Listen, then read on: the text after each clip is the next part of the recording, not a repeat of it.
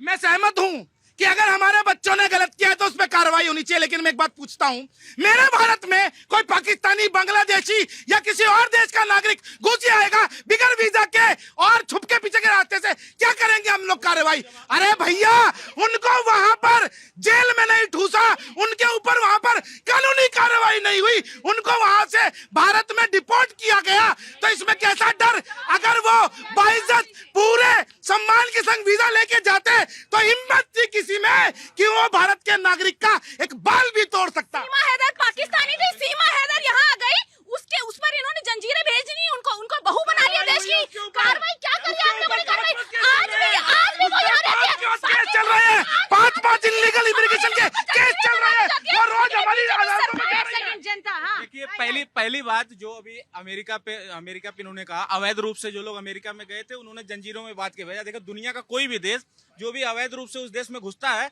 उसको पूरा अधिकार है उनके साथ क्या सुलूक किया जाए। हमारे भारत में ये धर्मशाला लोग बना रखे हैं, कोई बांग्लादेशी आ जाता है, कोई कहीं से आ जाता है, ये कोई धर्मशाला नहीं है देश। देखिए, हमारी सरकार को भी ऐसे ही करना चाहिए। कोई अगर अवैध रूप से देश में घुसता है उसके साथ जंजीरों में बांध के ही।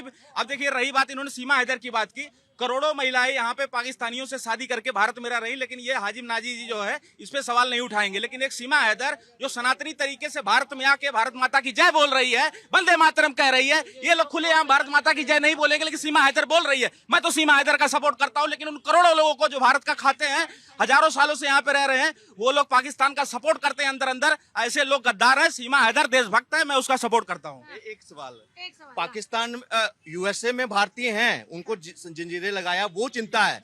पाकिस्तान में सरबजीत मर गया, उसके ऊपर तब इनकी चिंता नहीं थी। 54 सैनिक थे हमारे, इतना बड़ा नेगोशिएशन हुआ, उसकी चिंता नहीं।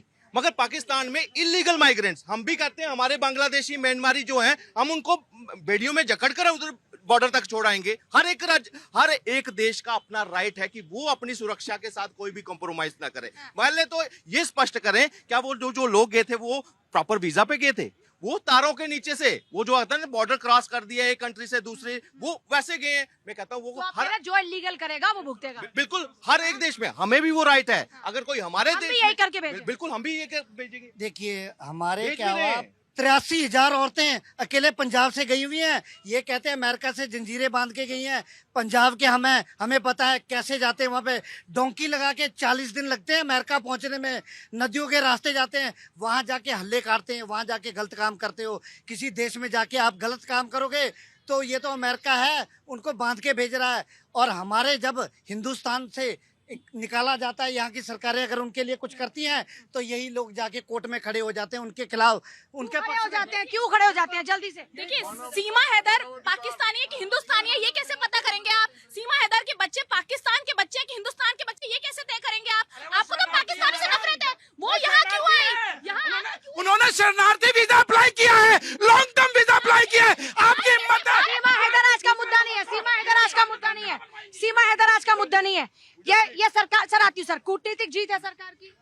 बिल्कुल, इसी सरकार की नहीं, कोई भी सरकार होती तो कूटनीतिक जीत नहीं, नैतिक जिम्मेदारी हम कह सकते हैं। लेकिन नैतिक जिम्मेदारी के साथ साथ मैं इसमें ये जोड़ना चाहता हूँ पूजा जी, कि जिस तरह का श्रेय की बात सरकार कर रही है, अपना काम कर रहे हैं तो ठीक है। पुलवामा में जो अटैक किया था, जो आतंकवादी पकड़ा गया, कहाँ है देवेंद्र सिंह? कहा क्यों नहीं बताया गया? बीजेपी के प्रवक्ता, मैं आपके सवाल के जवाब की बात दे रही हूँ ना सर, ये देंगे ना जवाब? देखिए, मैं आपकी एक एक बात का जवाब दूंगा, थोड़ा मुझे टाइम दीजिए। मैं यहाँ के जनता से पूछना चाहता हूँ, अगर अभी इस जगह पर एक पॉकेटमार पकड़ा जाए तो जो आदमी नहीं भी जानता होगा वो भी उसको 2 हाथ खींच लेगा। और अगर अमेरिका में यहाँ से उचक्के गए हैं तो उनको क्या माला पहना के इंडिया वापस करते? 1 मिनट, अपमान की बात मत कीजिए। आप आप 1 मिनट बीच में नहीं बोलेंगे। 1 सेकंड, क्या ये अपमान कहाँ से हो गया? आप चोरी करोगे और आपको इज्जत चाहिए, आप सीधा जाओ ना, 80 लाख रुपए खर्च के आप जाते हो डंकी रूट से। अमेरिका में जो भी अवैध रूप से लात मारते हो। मैडम, मैं ये कहना चाहता हूँ, जो रूस, ईरान और इसका इजराइल का जो युद्ध चल रहा है, भारत सरकार अपना स्टैंड क्यों नहीं ले रहा? पूरा क्लियर स्टैंड क्यों? क्या स्टैंड होना चाहिए? कुछ भी स्टैंड नहीं, क्या पूरा स्टैंड क्लियर होना चाहिए? कोई खुलकर बात कोई भी नहीं। अरे क्या होना चाहिए खुलकर? हम साथ दे रहे हैं या नहीं दे रहे हैं, कुछ भी नहीं बोल रहा इस बार। किसका साथ?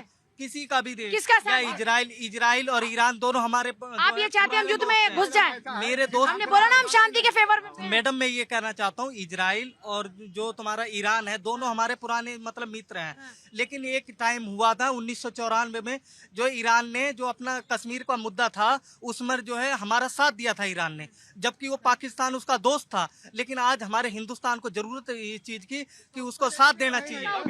देखिए हमारे भाई को जानकारी होनी चाहिए, जो ईरान का परमाणु जो प्रोग्राम है उसमें उन्होंने हूती विद्रोहियों को, आतंकवादी ग्रुपों को उन्होंने बैलिस्टिक मिसाइल दी है।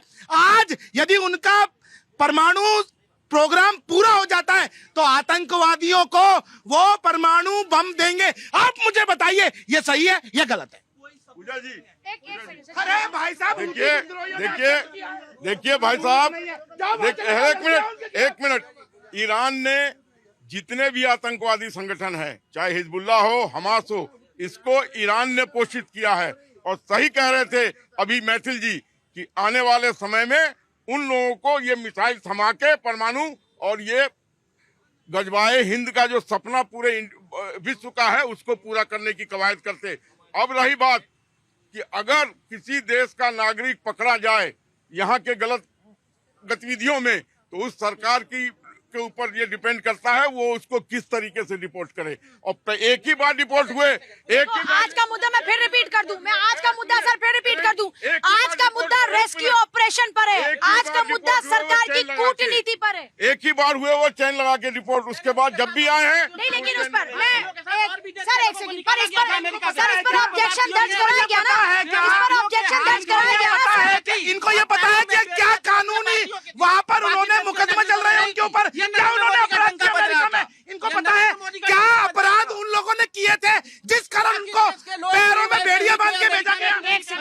क्या उस पर ऑब्जेक्शन दर्ज नहीं कराया गया? क्या उस पर ऑब्जेक्शन दर्ज नहीं कराया गया? कराया गया कि नहीं कराया? अरे मैं पूछ रही हूँ आपसे, कराया गया कि नहीं कराया गया? आपके ताली बजाने से नहीं होगा सर, आपके ताली बजाने से कुछ नहीं होगा।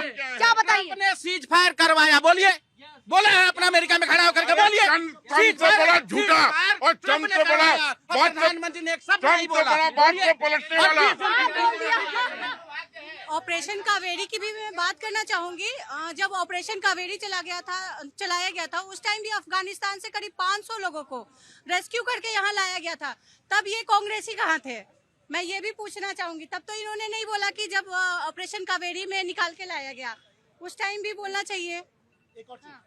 कतर में हमारे 8 पूर्व नौसेना अधिकारी थे जिनके ऊपर कतर में मृत्यु दंड का आदेश हो गया था। है हिम्मत किसी की, उनको भी वहां से वापस लेके आए। ये है नरेंद्र मोदी की कूटनीतिक जीत। एक सेकंड सर, एक सेकंड। देखिए मैं ये बोलना चाहूंगा कि यहाँ पे सभी समुदाय के लोग जो हैं हम सब एकत्रित हैं।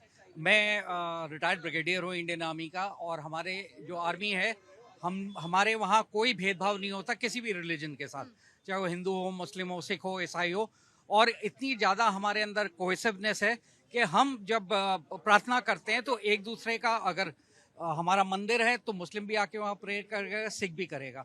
तो मेरे को यहाँ पे जब मैं ये देख रहा हूँ कि इस टाइप से सोच है हमारी, तो बहुत ही गलत है। अब जब मोदी साहब कोई भी काम करते हैं वो देश हित में करते हैं, पूरी जनता के लिए करते हैं। वो कहीं पे भी ये नहीं बोलते कि ये मुसलमान है, ये हिंदू है, ये सिख है।